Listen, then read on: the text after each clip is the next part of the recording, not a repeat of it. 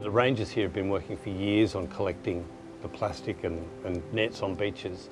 The real problem here at Groote Eylandt is the amount of nets and debris that are coming onto beaches that are really hard to get to, really inaccessible, and they have a huge impact on wildlife, turtles and other marine species.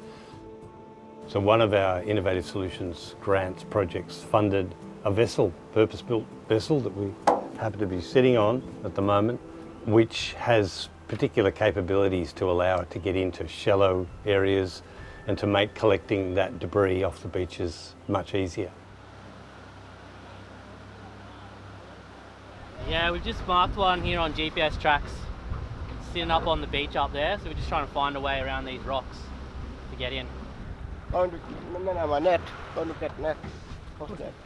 Net kami. Deh, kemana ngapa? Net kemana?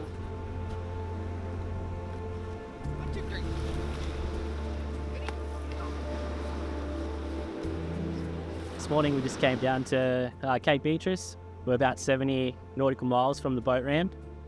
We had 2 nets that we'd found through a helicopter survey. Since being here, we've found 3 additional nets within 100 metres of the first 2. Trying to get this big one out of the rocks, and then just around in the next bay we have another 5 nets marked. So yeah, we'll go down there and see if we can get them.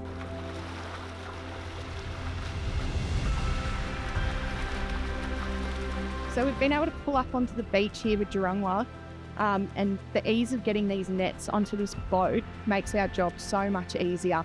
With the door coming down, holds itself, anchors itself onto the beach. No heavy lifting up and over the front of a boat, just straight up the door.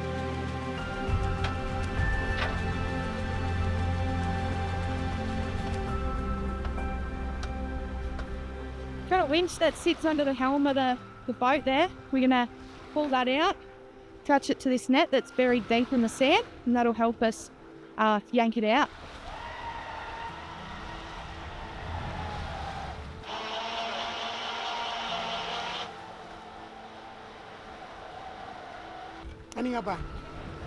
Yeah, we think this will be a real game changer for the local community.